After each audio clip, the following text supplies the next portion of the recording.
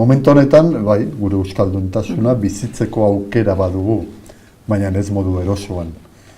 Oso modu problematikoan baitzik. Ni Alemaniara joaten baldin naiz, kuestionatu ere ez dut egingo, han alemana ikasi behar duela. Eta ez zait irudituko inposaketa denik, irudituko zait gauza normala, naturala eta bar. Hori da euskarak behar duena. Nere helburua litzateke euskara nagusitzea. Beste hizkuntzekin bestelako harreman batean, ez gaztelaniak orain euskararekin duen harreman berean, gu mendetako etnozioaren ondorioz bizkarrezurra utzitako herri bat garela. Euskararen ere ez dut uste sekula bukatuko danik, nik ez dut bentsat imaginatzen bukatzen danik, ez? Guneak sortu behar dira baita ere, aurrak eta ikasleak eta gazteak eta jendea euskaraz aritu ahal izatea. Instituzioak aipatu ditugu eta zuk ez diezu lidergoa eman, zu jarri dituzu herriak esaten duenaren atzetik, horrela da? Hori da beren zeregina? Politikoi buruz aritu naiz gehiago, euskal politikoi buruz, euskal herria behar dituen politikoi buruz, behar dituen politikoi buruz aritu naiz. Instituzioak behar dituk jakina, lehenago aipatut estatua zer da, ez baldin bada instituzio bat, instituzio gorena da. Eta nahi da, esaten dut hau ze instituzioak behar direla, jakina, ez bakarrik euskarak, hau da behar dugu gure indarra hori instituzionalizatu gurea izango den erakunde batean.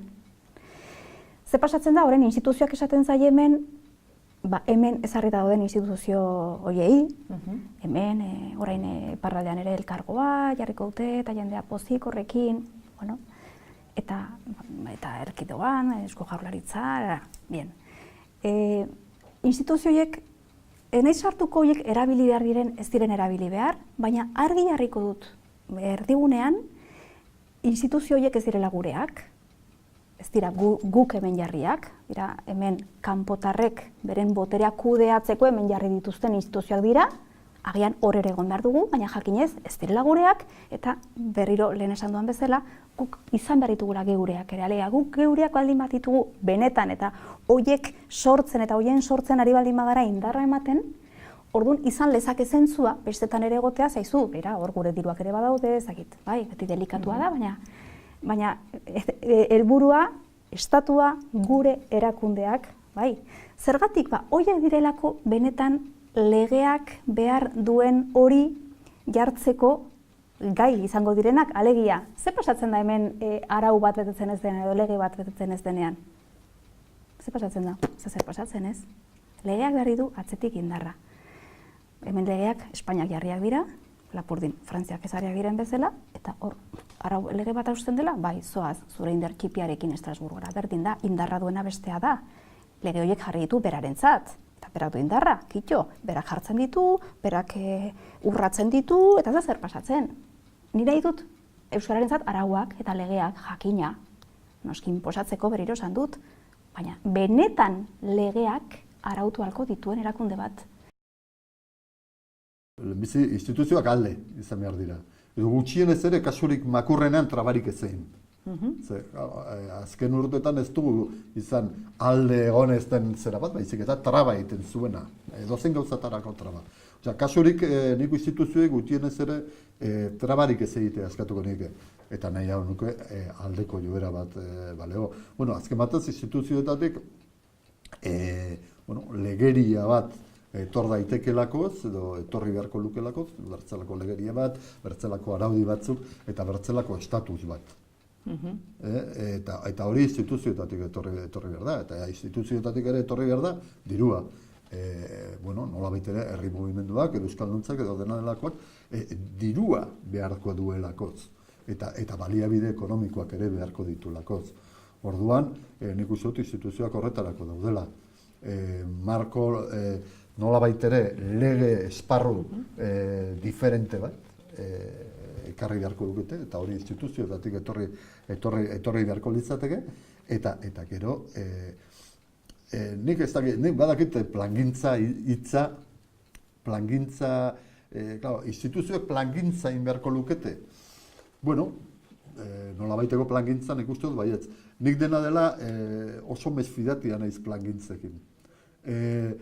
Zera oso zaila delakoz, hau da, gizartea bideratzea, gizartea bideratzea zaila da. Gizarteak berezko mugimenduak ditu. Are gehiago, zuk bakarrik gizartearen zatitxo bat edo kontrolatzen duzunean. Plangintzak ongi daude, ez daude soberan, baina nik ez dut fedea hondirik plangintzetan. Bixente, instituzioak aipatzen dituzu, baina zein da beraien zeregina? Lidergoan egon behar dute? Bideak irekitzen, legeak garatzen, aldatu behar baldira aldatzen, eta Nafarroan nik uste dut argi eta garbi dagoela hori, aldatu behar dugula lege hori, eta beste kontu bada, jakinda nola zer nolako gobernua dagoen, zer nolako sostengua duen eta zer nolako jarrerak dauden gobernu hori sostengatzen dutenen artean, badakigu, legea berez sakonean ezin dugula aldatu. Baina bai, garatu beste espiritu batekin, aurrekoek egiten ez zuten espiritu batekin, ezta? Asko zirekiagoa, asko aktiboago, eta bar. Alde batetik instituzioak erantzun behar dio jendartetik iristen denari. Nafarroaren kasuan oso nabarmena da, Nafarroan aldaketa baldin badago instituzioetan, eta badago, jendartetik instituzioetara iritsi delako. Eta gainera, eragile politiko batzuk ez zeuden oso entusiasmatuta, nolabait esateko, aldaketa maila horretan, edo gauzatu den moduan gauzatzeko. Jendarteak behartu ditu eragile politiko horiek. Jendarteak mezu argia bidalizun hauteskundeen egunean, eta esan zuen, bildu eta hau aldatu. Eta, bueno, hori nolabait gauzatzen ari da. Nik uste dut, instituzioek alde batetik hori egin behar dutela, herritarren mandatua segitu. Baina nik uste dut, instituzioak ez direla hori soilik egin, bere ardura ez dela hor soilik mugatzen. Nik uste dut instituzioek ere aurrea egin behar dutela, eta beraie protagonismo bat, eta ausartak izan behar direla. Eta urratsak eman behar dituzte, eta behintzat nire ikuspegitik zu instituzioetara iristen balin bazara, ez zara soilik jada eraikita dauden gehiengo sozialei erreparatzeko. Hor zaude ere gehiengo sozial berriak eraikitzeko. Eta batzutan erabakiak hartzeko ausartak izan daitezkenak, agian batzuen erantzuna jasoko dutenak, ezin zara mugitu soilik jende guztiaren txaloa lortu nahian. Nafarroan, Katalunian edo beste toki batzutan ez bezala, euskara ez da inoiz eliten hizkuntza izan. Eta horrek markatzen du dena. Ez elite batzuen edo sektore batzuena, Kataluniako oligarkia inoiz ez da katalan zalea izan, hori egia da. Baina Euskal Herrian askoze komplikatuago da eta bereziki Nafarroan, eliten artean oso minoritario izan da euskal zaletasuna. Eta horrek dena zea egiten du, ez? Feliuk soziologoak badu Nafarroako eliten inguruko ikerketa bat, bere tesisa da, publikatu zuen, interesa balin badu lortzea badago, eta berak aipatzen du, garai batean, 100 pertsonen inguruan egon dela botere politikoa Nafarroan, ez? Eta identifikatzen ditu elite horien, pertsona horien ezaugarriak, zaletasunak, fobiak eta bar. Euskarafobia da elite horren definizio punto importante bat.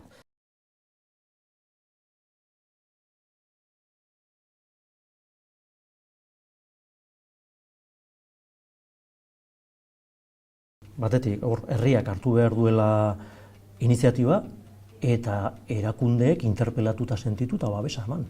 Benetan horren alde baldin badaude, beren babesa eman. Eta nik hemen ikusten duena, benetako hizkuntza politika bat ez dagoela. Badaude politika batzuk, partxeo modukoak, nire ustez, eragile politikoen artean, gaur egun inori ez dioten zuten guk nola normalizatuko dugu gure hizkuntza.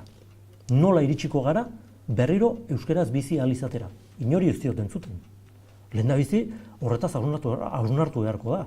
Benetan horretarako prest gaude, ala ez.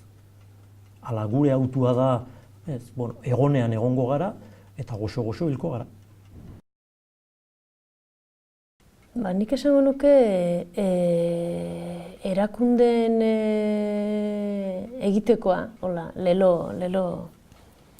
lelo topiko bat botako dizut, baina sinisten dut horretan, da herriak esaten duna egitea edo obeditzea edo, ez da, hori beti, azken aldian gainera asko entzuten ari garen lelo bat, Kataluniatik eta Hortik ez, baina benetan sinisten dut hori dela. Bueno, konkretua gora etorrita eta euskalgintzaren edo hizkuntzaren normalizaziora ekarrita, nik uste dute administrazioa badela eragile importante bat baita ere, lehen aipatu den, ipar horretan, eta egin beharreko bide lerro sare horretan, nolabait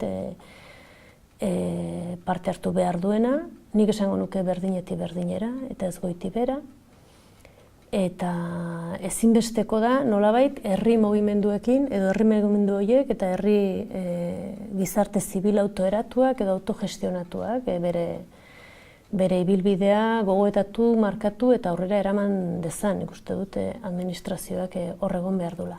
Ze figura bezala, askotan diskutitu dugu honetaz, ez? Batzuetan eguk komentatu izan dugu, behar bada administrazio publikoak produktoreak izan behar dira, ez da.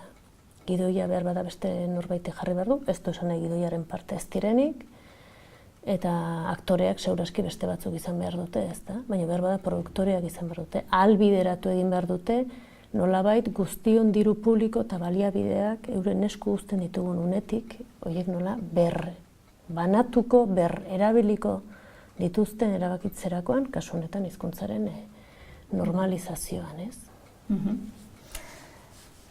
Nere txanda ez zurea, ez da? Zurea. Mira, ingo dizut gauza. Berriro?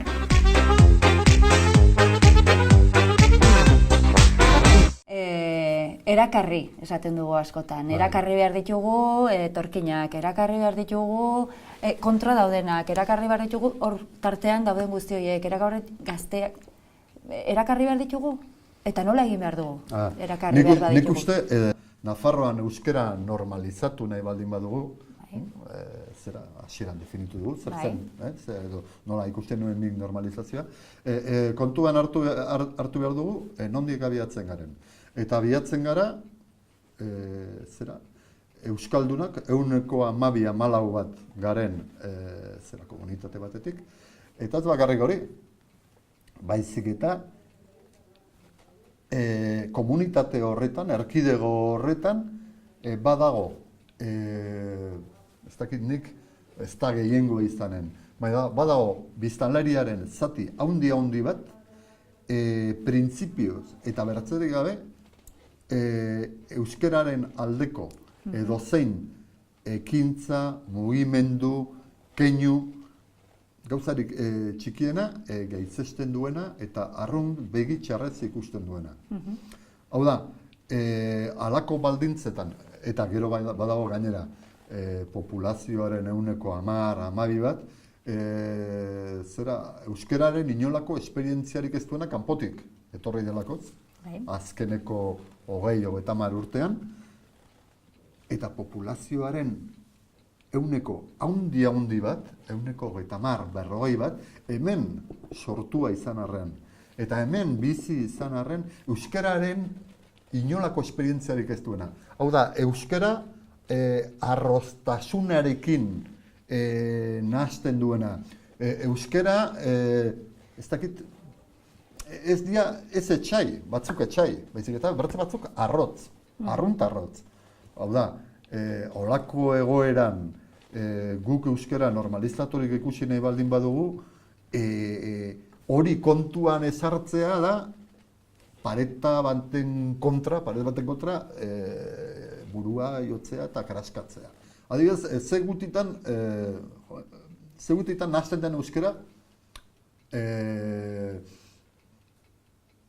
ez dakit, garaileekin. Hau da, ze gutitan, garaile baina sozialekin. Ze gutitan nahasten den edo lotzen den euskara, zera halako, badakit euskaldunen artean gainera, ez dakit, garaipen soziala ez dagoela ongi ikusia, ez?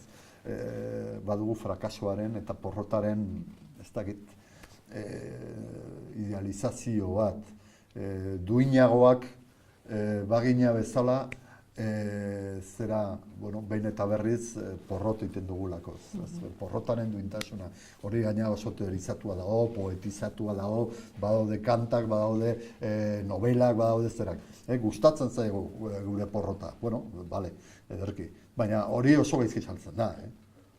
Orduan, zera, nik uste dut, bueno, behar bada ez da oso polita, gizarte baten balio positiboa izatea, ez dakit garaipen sozial hori, baina, igual saiotxoren bat inen bagenu, pixka bat aldatzeagatik.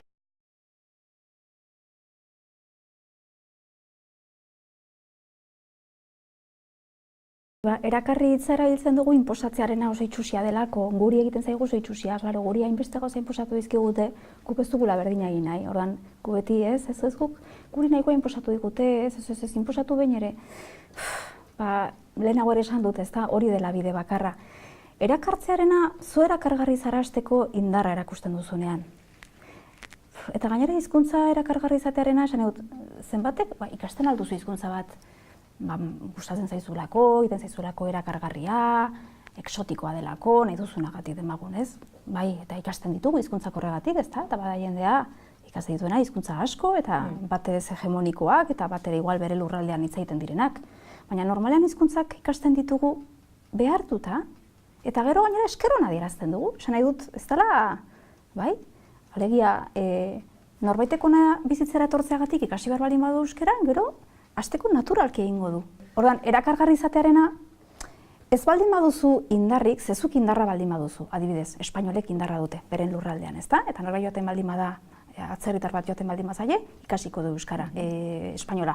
Baina noski, gero berak bere hizkuntza politika egiten du, eta ez du esaten inposatu duenik eta egingo du bere hizkuntzaren marketinga, eta begira ze hizkuntza, ez dakit, ez, egingo du bere, guk ere gauza bera egingo genuke, eta erakargarriak ginateke, bai? Baina bakarrik erakargarri izaten saiatu, bestearen kontra egin ez bezala, alegia ez inposatzeko, guk ez dugu inposatu nahi, guk erakarri nahi dugu, hor ez dugu, ikusten dugu, ze arrakasta dugun. Ez da, zu joten baldin bazara Alemaniara eta hizkuntza bat ikastea zaila da, aurkitzen baldin baduzu toki bat, non Alemania ikasi gabe moldatzen altzaren, zuzu ikasiko.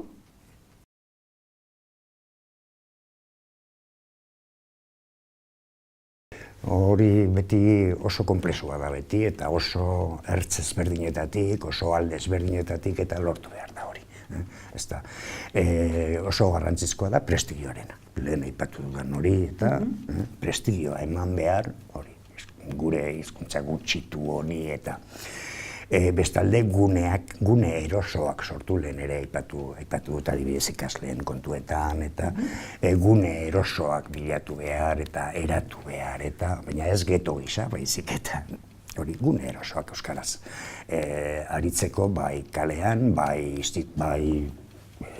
kulturetxeetan, bai edozein lekutan, komunikabideetan, eta sustatu euskararen erabilera komunikabideetan, noski, botere publikoak egin ahal duen neurrian, eta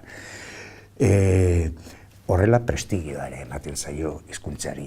Eta gero, bai, jendeari sentiarazi aberasgarri dela euskaraz ere egitea, euskaraz egin daitekela edozein arlotan arazorik gabe, gainera hori aberasgarria dela, eta, bueno, ja, eta bultzatu baita ere erabildez euskaraz egin dezakegunok eta ahalik eta gehien egiteko inor mindu gabe, inor mespretxatu gabe gure artean baldin badago eta ez batik ulertzen edo, baina hori naturaltasun batekin ibili behar dugu giro honean, ez da, beti.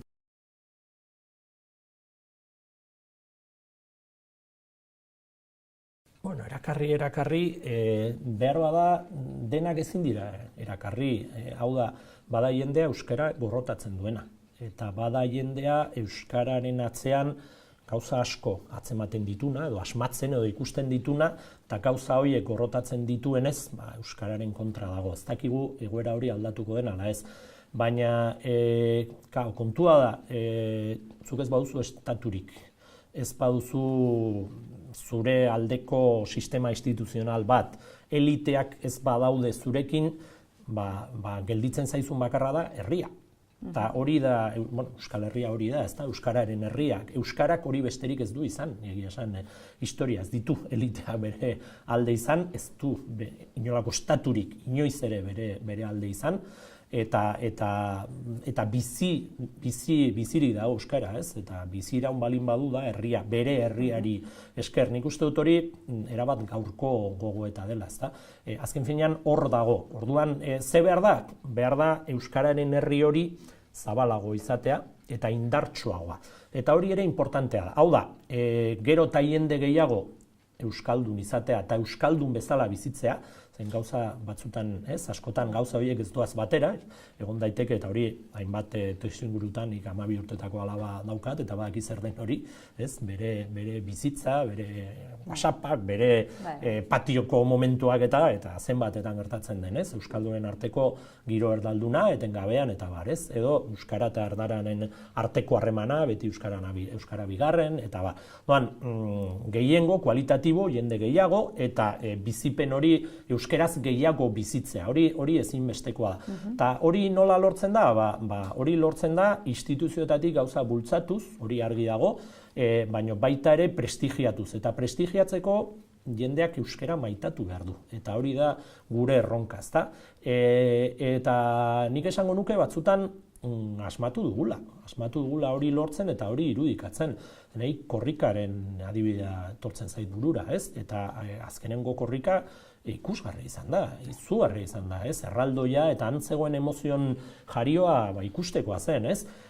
Berriz, nire kezka, eta uste dut ez dela soilik nerea, ez da ilusio, emozio, leherketa, ekaitzoiek gero nola desegiten diren, edo nola ez diren gauzatzen beste mailatan. Da nik uste dut hor behar dugula gogoeta bat, ez? Edo egun batean, edo aste batzuetan konzentratzen den indar hori nola mantentzen dugun, nola iraunkorrago bilakatzen dugun, ez? Eta hor, nik uste dut ilusioen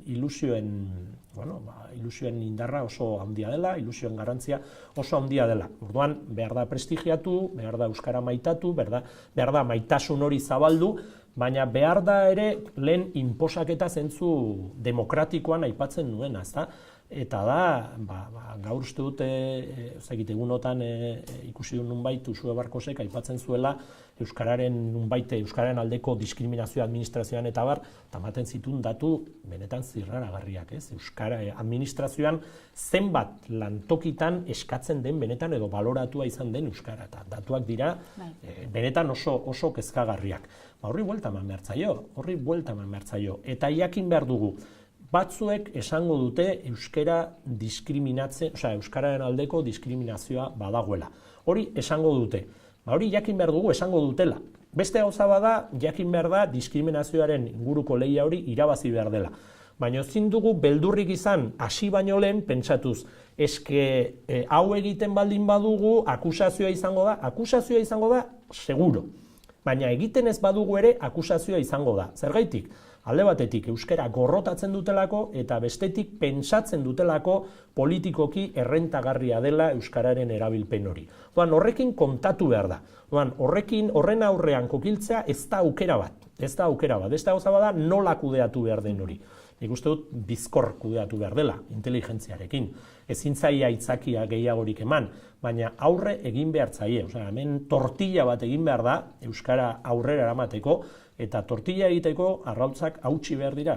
Pentsatzea posiblea dela tortilla hori arrautzak errespetatuz egin daitekela, nik uste dut ez dela erreala. Eta maila batzutan iruditzen zait holako jarrerak daudela oraingoz, ez? Igual Nafarroan euskararen kontrakoak asaldatzen ez badira, haserrarazten ez baditugu, igual lortuko dugu, kasu, haserre daude betidanik. Pentsazazue, euskara desagertarazi nahi zuten eta ez duten lortu. Hor dago bere haserrearen iturria. Orduan, jakin behar dugu bere haserrea edonola ere piztuko dela, eta gero eta gehiago piztuko dela. Afera zein da, nola lortu elite eta euskarafobian mugitzen diren sektore horiek isolatu beren haserrea gero eta handiago izan da ere haserre soziala ez bilakatzeko.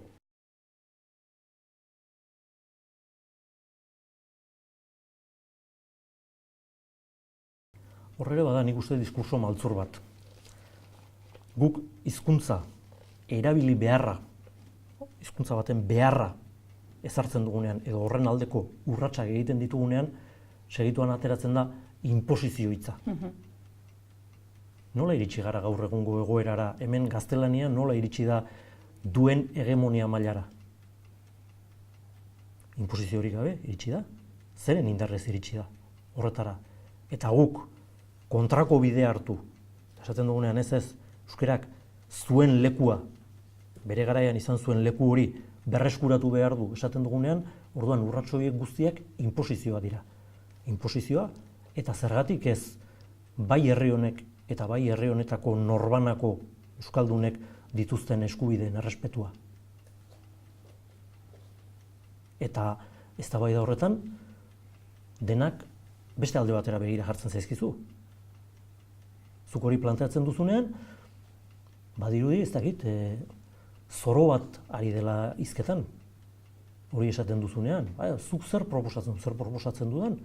Proposatzen dut, hemen alde baterako bideak egin diren bezala, eta bide horien ondorioz iritsi baldin bagara bi hizkuntza handi horien hegemoniara, zergatik ez dugu guk euskaldun bezala urratsak egiten hasi behar euskarak bere lekua eta euskaraz bizitzeko eskubide hori gauzatu aldadin. Egin dezagun euskara benetan bizitzeko behar bat, garai batean, txepetxen idatziak hor daude, hemen Guardia Zibilen semeak euskaraz ikasten zuten, seme alabek. Hemen hainbat herritan. Inork ez zituen behartzen, euskara ikastera, zergatik ikasten zuten. Inguru euskalduna zelako. Eta orduan, ez baldin bazuten getoan bizi nahi, aurrak eskolara joaten zirenean, bertakoekin komunikatu behar zuten, eta gauzik normalena euskaraz egitean zen. Hori hemen gertatua da, eta ez orain dela 200 urte. Txepetxeek 70an, 78an egindako ikerketetan hori jasota dauka. Zergatik? Beharrezkoa zelako. Beharrezkoa zergatik? Bizitzako funtzio guztiak betetzen zirelako hizkuntza horretan. Egin dezagun horren aldeko apustu bat. Jendea etorriko da, batzuk etorriko dira lan hobe bat nahi dutelako. Denak ez dira etorriko euskara maite dutelako. Asko etorriko dira behar bat delako. Baina murgilduko dira, eta beste mundu bat zabalduko zaie, eta behar bada ezagutzarekin maitatzera iritsiko dira. Baina zergatik jartzen da beti harria gure telatuan, eta guk erakarri behar ditugu, konbentzitu behar ditugu, haiek guk konbentzitu algaituzte ba. Eraman gaituzten nahi zuten lekura, baina nola eraman gaituzte? Egurra eta egurra emanez. Eta bestela, irakurri, Torrealdairen liburu beltza irakurri besterik ez dago, eta mila liburu hori jasotzen dutenak. Esan dut, gu egun honetara ez gara, gure utzikeriagatik, eta herri honetan desatxekimendua izan dugulako hizkuntzarekiko iritsi. Beste faktore batzuk izan dira, egoera honetara ekarri gaituztenak. Etnozidio argi eta garbi bat. Erakartzeko norbait. Bueno, plano diferente asko dago, erantzuna pixkat igual nasi etorriko zara, baina plano diferente asko daude. Esan nahi dute hizkuntza euskara ofizial den lekuetan, demagun. Bueno, legea dugu hor, ezta? Legeak nolabait behartzen gaitu bi hizkuntza jakitera. Plan horretan, eta administrazioekin harremanetan, edo gure legedia nola antolatu genezakeen, nolabait, erakarpen horretan, nik uste du neurri batean sinple xamarra dela, edo izan litekela, eta bat da, legeak beti behartzen zaitu zerbait bete araztea. Eta hori da, gure gizartearen funtzionamentua legeak daude, eta lege horiek bete egiten dira. Eta orduan, aparkatzen dugu aparkatu behar den tokian, da erretzen dugu erretzen den tokian, eta ezin den tokian ez dugu egiten. Hori funtzionamentu arrunta da, beraz hori aplikatu liteke hizkuntzei eta bestelako balioei edo garrantzitsu da jotzen ditugun beste kontu batzuei. Gure arteko elkarbizitza arautzeko. Legeak egin dezakena da, eta ez du beti egiten, baina egin dezakena da, eta behar bada euskarara ekarrita egin lezake, eta da behartu eta alde berean lagundu. Eta hori da bien arteko jokua, ez? Behartzen zaitut, hau egin dezazun, hori egiteko lagunduko dizut. Eta laguntza horrek, euskararen kasuan, 1000 aldiz aipatu dan hori, ez? Euskalduntze masibo, universal eta doanekoa, hortik hasita. Baina modu guziz nolabait zuk norbaiti zerbait eskatzen diozunean, edo, pare gauza, bat da guk zergatik nahi dugun jende hori euskaldundu, esan nahi dut, nik zergatik egiten diodan euskeraz ez dakien bat, lehen hitza euskeraz, eta horren inguruan pare bat erantzun egon daitezke, bat esateko zu ez zara ni beste zerbait naiz, eta ni euskalduna naiz eta hemenago, edo esaten dizut, euskeraz egiten dizut, nire inguruko guzti egiten diedan bezala, eta zu ere nire komunitateko kide nahi zaitu dalako. Bueno, esan etor, gauza diferentea egon daitezkela, orduan ze jarrerarekin goazen.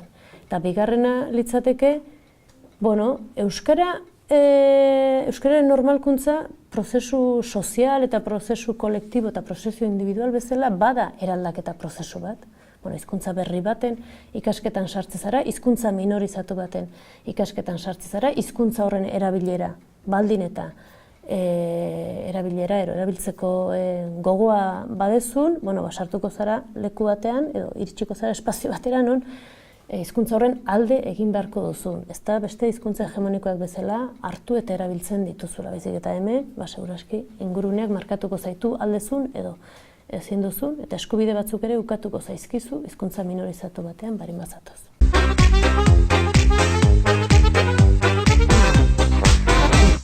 Hasi zara pixka komentatzen, baina zer esan, zer ez, nola komunikatu, ze diskurtso erabili behar dugu?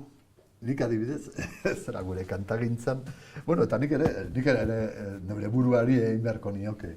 Neure burua zigortu beharko nuke, ez? Nik ere normalean, batzutan idazten dudanean, ez dudalako oso gauza alaiak idazten, ez? Baina nik aspaldi honetan, euskal musikan, nik ikaragarri eskertzen dut, Alex Sarduik edo, kantatzen duenean, eta kantatzen hori gatibuk, eta baditu bizpairu bideo hortik eta azkenotan ere Izaro honekin, Mailabiko neska horrekin, Izaro Andresekin zatu duen bideo bat, eta oso alaia iruditzen zait.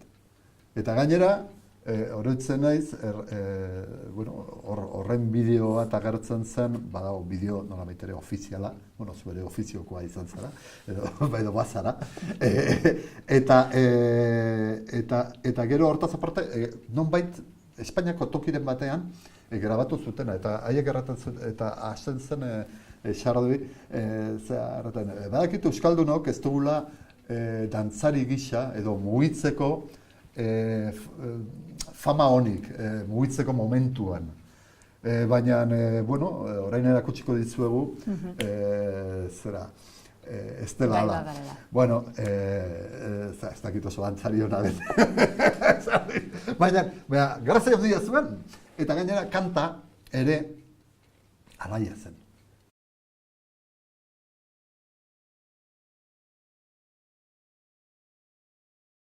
Topatzen duenean diskurso bat, pixka bat, berak berez sentitzen duen horrekin bat egiten duena, bere ala botatzen dizu, konplexurik gabe, bai, ala da, eta bai.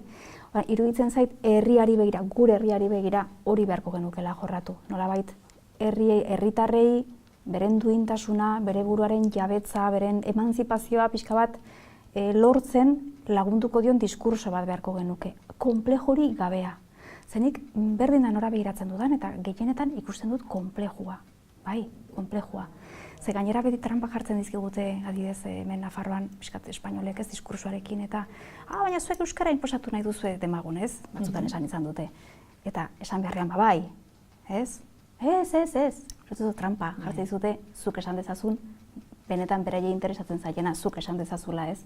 Horan, konplexu hori niri iruditzen zait dela sintoma bat, hasteko, esan dute, ezin diogu herriari leporatu nola dagoen, biziraun baldin badu, bizirauten duen baldintzetan, horren beste urte eta horren beste mende, egiten dugu alduguna, hori hasteko, errespetu guztia, ez da. Baina bai, sintoma bada, baina bestera eraberean, bada baita ere gure indar ahuleziaren erakuslere bai. Bai, nolabait eztabaidetan eta guk beste indar bat erakutsi beharko genuke. Orduan, hasteko herriari mandar zaio pixka bat diskurtso askeago bat, azkenean, diskurtso euskaldunago bat, gure ardatzetatik abiatutako diskurtso bat, eta ez horren bestei begira beti gaude Espainiari begira edo Frantziari begira, hori hasteko. Eta gero gainerakoei, begiradak entzen baldin baduzu, handik, alegia, gu euskaldunak abiltza erakarri nahian. Erakarri nortzuk euskararen kontrakoak, edo euskaldunak ez direnak, ezta? Orduan, zuk begirada hortik erretiratzen baldin baduzu, jakinez, benetan hori ez dela, nolabait, bidea, edo ez dugula hor indar gehiegi eman behar, hasteko aldatzen, horiei ez diezu ezer esan behar. Bai, esango diezu, zer galdetzen baldin badizute edo, baina zu jagongo zara beste koordenada batzutan. Iruditzen zait hori dela falta dena. Gaudela, kanpora begira. Kanpotik etorriko zaigulakoan beti soluzioa, bai, hizkuntzarekin eta bai ozen gauzekin, ez? Independentzia, baina eman beharko digute, bai, zaude esperoan, ez? Adibidez. Hizkuntzarekin gauza bera. Erakarri nahian eta, bardan, noski diskursoa zein beharko genuke, zer esan beharko genieke, eta iruditzen zait hori aldatu behar dela. Hane, zure ondoren nik azkeneko jokaldia. Janen dizute, Beoia. Ai, egia. Bueno, ez nuke nahi, baina. Bueno, jan duzu, bai. Diskurtso asko eta ezberdinak entzun ditugu euskararen aldeko historia nahiko luze honetan, ezta?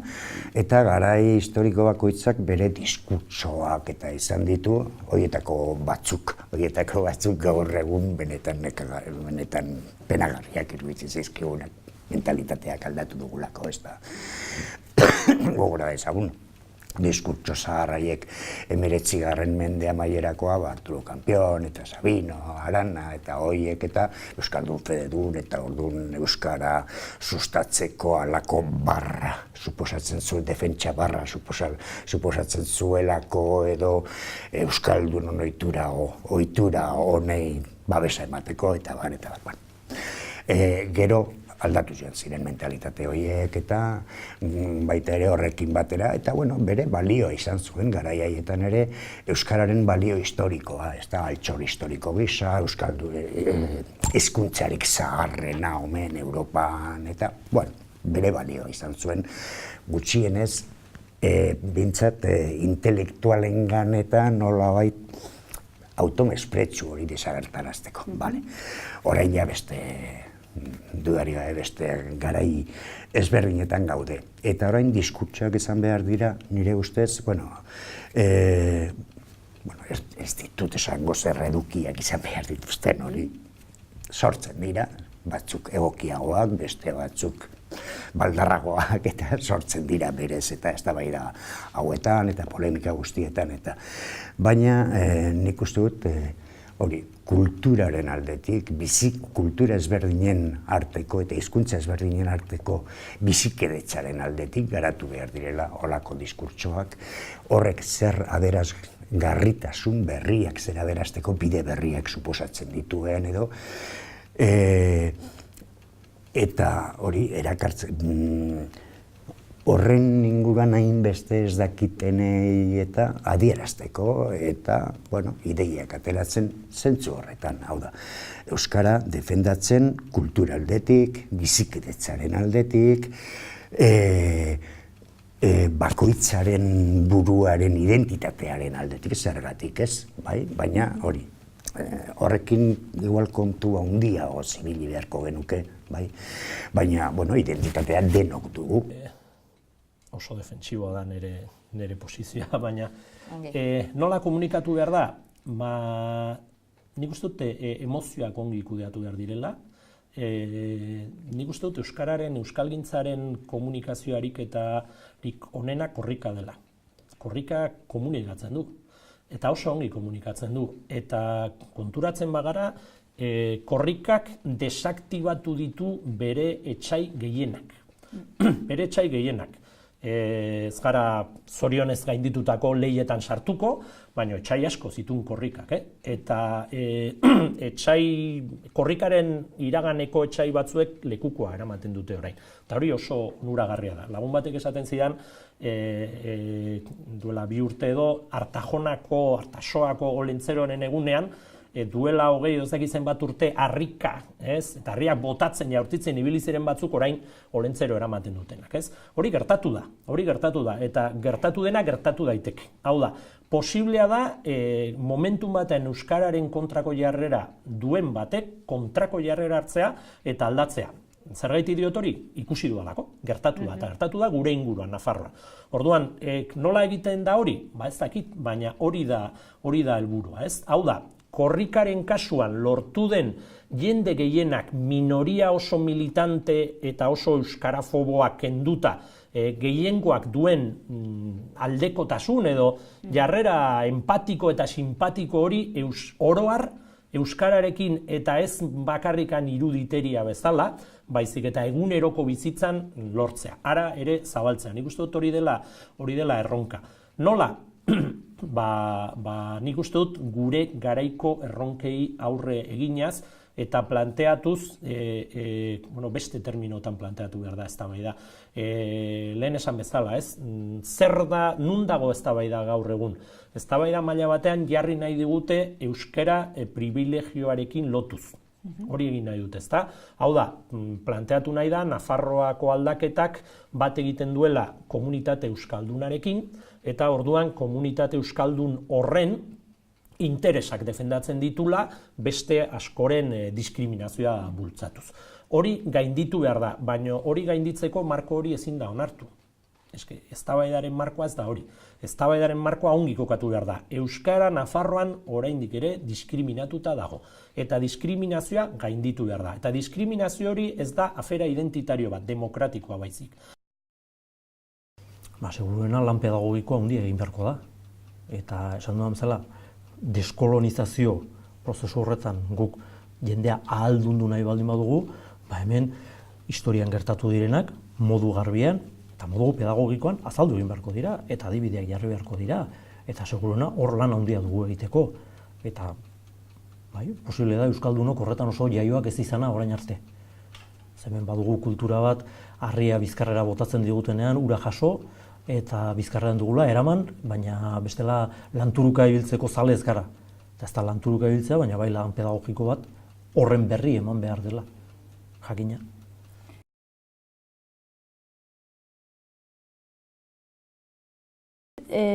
Kasuan kasu, jendea jende lekuan leku, ordua ordu, segundua segundu, adina adin, horrela funtzionatu beharko dagoela. Eta nola asmatu mezu hori ongi iritsi dadin, zer esan behar dugun? Euskara izan behar dela... Edo zer ez dugun esan behar? Zer ez dugun esan behar. Ez dakit, nik uste danetik esan behar dela. Eta zerbaitek funtzionatu lezake, bati funtzionatuko dio eta beste bati. Beste zerbaitek funtzionatuko dio, ez. Baina uste dute, guk beti esaten dugu, ez da? Euskara zer da, eta 10.000 definizio egin ditzazkezu, segunetan nun jartzezean edo nundi begiratzen diozun, ez? Baina guk kokatzen garen eremu pixka bate sozialean edo antropologikoan edo gaur egungo gizartean, ez da? Guk beti esaten du, euskara da alduntze hizkuntza bada. Horren euskarak ez dizu hizkuntza bakarrik ematen dizu alduntzeko bide bat. Alduntzeko persona bezala, alduntzeko herritar bezala, alduntzeko hiritar bezala. Da, bide bat. Beste bide asko badaude alduntzeko. Feminismoa, ekologismoa, edo zure atariko ordezkaritza hartzen duzu, eta behar bada, launketa bat egiten duzu, eta alduntze bat, eta auzoan lortzen duzu ez dakiz zer, eta bide asko daude alduntzeko, baina euskara ere bada horretarako. Edo izan daiteke, gure kasuan bada, guk benetan horrela sinisten dugu, horrela dela, ez da, orduan bada alduntzeko hizkuntza bat. Orduan, hizkuntza bat, non ematen dizun pertsona bezala eta kolektiboki aldunduko zaren aukera bat, niretzako hori opari handi bada, ez da.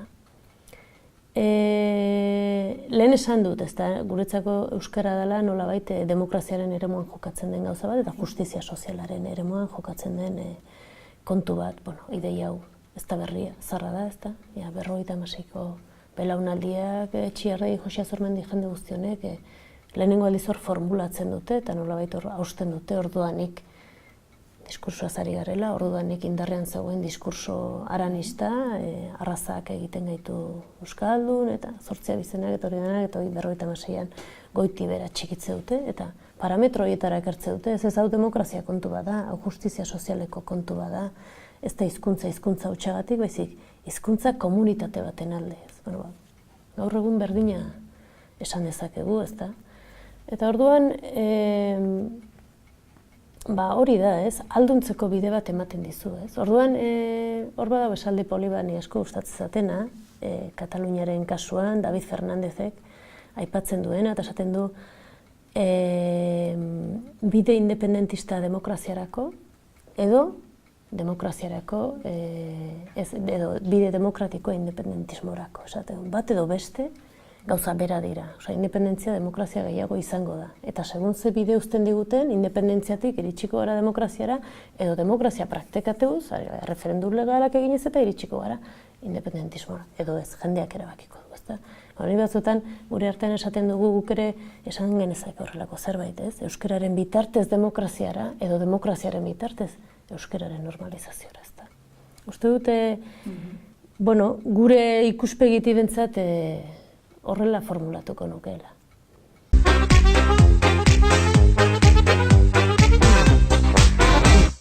Tira lagunok, iritsi gara bukaerara.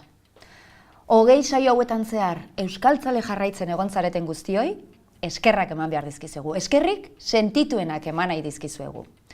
Saio hau egiten dugun guztiok, eta oroar, 11 telebista osatzen dugun profesional guztiok, euskaraz biziko den Euskal Herri batekin egiten dugu amets, eta horretarako egiten dugu lan egunero. Badugu diagnostikoa, badugu estrategia eraikitzeko ideia ugari, baina badugu batez ere, mendetan zehar euskaraz irauten jakinduen herri bat, eta horrek sekulako konfiantza ematen digu. Eutsi lagunok, etorkizuna euskaraz datorreta.